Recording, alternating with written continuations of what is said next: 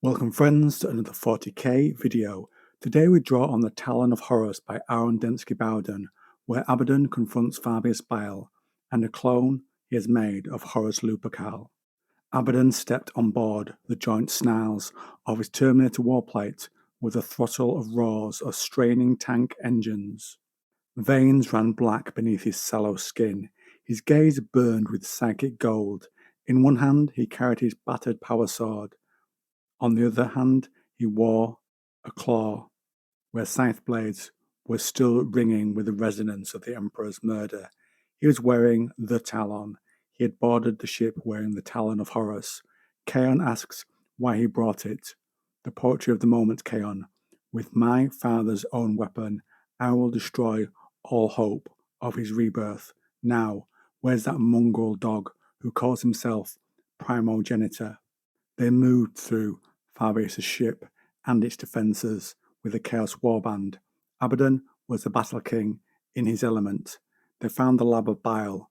This was the sanctum of madmen who had already succeeded. Here was the Emperor's sacred genetic project, rebuilt through demonic law and gutter genius. Row upon row of life pods contained mutated adolescents, each with a feature or two that could just barely be recognized. They find a babe that Nefertari senses is Lorgar in another of the filthy tanks, full to the brim with oxygenated muck. They see Fulgrim. Fabius approaches. He complains to Ezekiel of the centuries of damage he has done to his work. Abaddon says he should not be proud of his abominations. At his order, 2 Terminators grab Bile, and Abaddon tells Kaon to end it. And then 100 bolters were unleashed on Bile's lab. Things that should never have been born wailed as they died.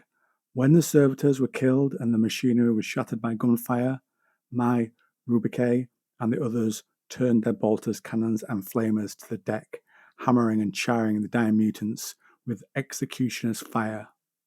After an eternity, the guns fell quiet. Bile says Ezekiel's answer is mindless violence. He has not changed. Bile says he will enjoy the irony of his son carrying the Talon, and this is when the warband start to die. The mace was called World Breaker. The Emperor had made a gift of it to Horus upon the first Primarch's ascension to Warmaster. Horus Lupercal was capable of bearing it one-handed, but the immense mace was too cumbersome for any of the Legion Onis Astartes to wield it with any grace. A bludgeon of darkened metal, its spiked head alone was the size of a warrior's entire armored torso. Worldbreaker smashed through the first rank of my Rubicae, sending 3 of them crashing against the shell-pocked walls. They did not just crash aside in boneless tumbles, they came apart at the joints, their entire suits of armour falling to pieces and clattering against the walls. Whatever sliver of their souls had remained bound by the armour was gone in the time it took me to breathe. The body of Horus had been taken. It had been in a stasis pod, and this clone was the work of Fabius Bile, having used that corpse to create the clone. Horus was fired on, but nothing slowed him down, and he broke the sons of Horus, a true force of nature, and he was stopped when a voice commanded him, a single word that cut through the sounds of battle, stopping everything. Even the gunfire fell silent. The word was enough. The absolute authority even reached Horus, for Abaddon had spoken. Horus turned in a blur, Worldbreaker swinging in an arc faster than a weapon of its size and weight should ever be able to move. Abaddon not only parried the mace, he caught it, he held it, he gripped it in that great talon stained with the blood of a god and his angel. Father and son face each other, breathing spite into each other's snarling features. Horus says the talon is his. In answer, Abaddon broke Horus's weapon, Worldbreaker. Ezekiel? His voice was a breath of relief and revelation. It's you, my brother. Time stood still. After everything that had taken place, I thought against all reason and rhyme that they would embrace his kindred, we're told. "My son," said the Primarch, "my son."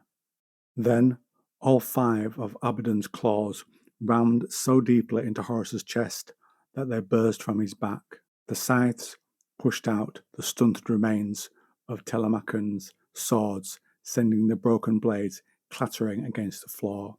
Dark redness spread across what was left of the white fur cloak draped in tatters across Horus's shoulders. A genetic god's blood rained down over me. I felt like laughing without knowing why. Shock, perhaps? Shock and naked relief. The stone bolter on the Talon's back kicked 3 times, burying 6 bolts into Horus's exposed chest and neck. They blasted him apart from within, adding viscera to the blood, slopping him across those of us left prone. And that was how they stood, as gold flared in the eyes of one and life faded from the eyes of the other. Horus's knees buckled, but Abaddon would not let him fall. Horus's mouth worked, but no sound came forth.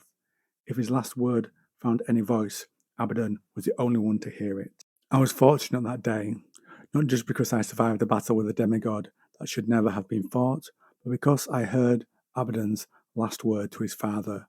With a slow, smooth withdrawal, he pulled the talon clear of his father's body.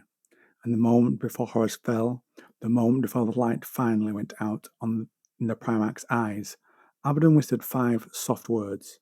"I am not your son, brutal or what?" But this task was now complete. And with that done, Abaddon began his work. He left here and went on. He battled those who would not sweat allegiance to the War Master and sought to end his rise. During that era, we traversed the Empire of the Eye, ending the Legion Wars with our ascendants above the 9, and one by one the Primarchs bowed before Abaddon, some willingly, some only grudgingly, and one who had to be brought to his knees, but all of them bowed in the end. Lorgar, Perturabo, Fulgrim Angron, my father Magnus, even Mortarion, who came closest of all to slaying us through his holy plagues.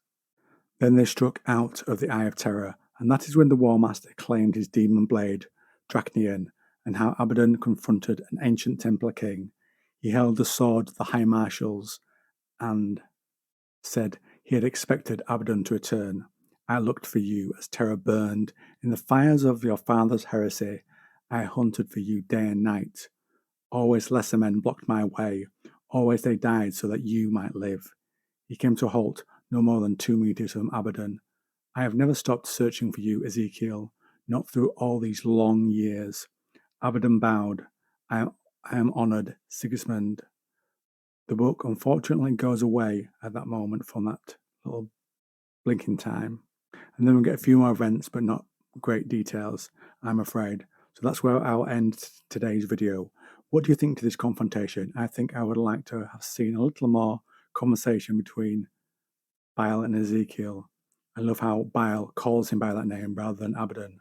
And wow, when Horus appears, he feels unstoppable, even if he is a clone. And it's rare for me to really feel Horus, as people say he's so great.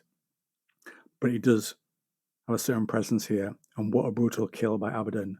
Though I think the real Horus would put up more of a fight. But Abaddon really killed the past there, and saying, "I am not your son." So disgusted is Abaddon, even after all his time with Horus, that he wants to cut him off. He sees, perhaps in his father, not the one that he had earlier, but the thing that was a puppet for the ruinous powers. No wonder Ezekiel does not want to become a puppet like his father. Depending on the writer, I sometimes like Abaddon, and I can say that I do like him here. Aaron Densky Bowden makes him very interesting, and I think we need a 3rd book in this series sometime soon. And just one thing on the narration, it switched from a standard narration to someone saying, "I am this, I am that." That's because there is someone accompanying Abaddon throughout the entire story. Kaon, I believe. So when it switches to that narration, that's why that happens. Just to let you know is all. So, now I turn things over to you. Did you enjoy the look at Abaddon versus his clone father? Abaddon versus Horus? Would you like to have seen more interaction with Baal? Have you killed a clone Primarch? Praise the Emperor.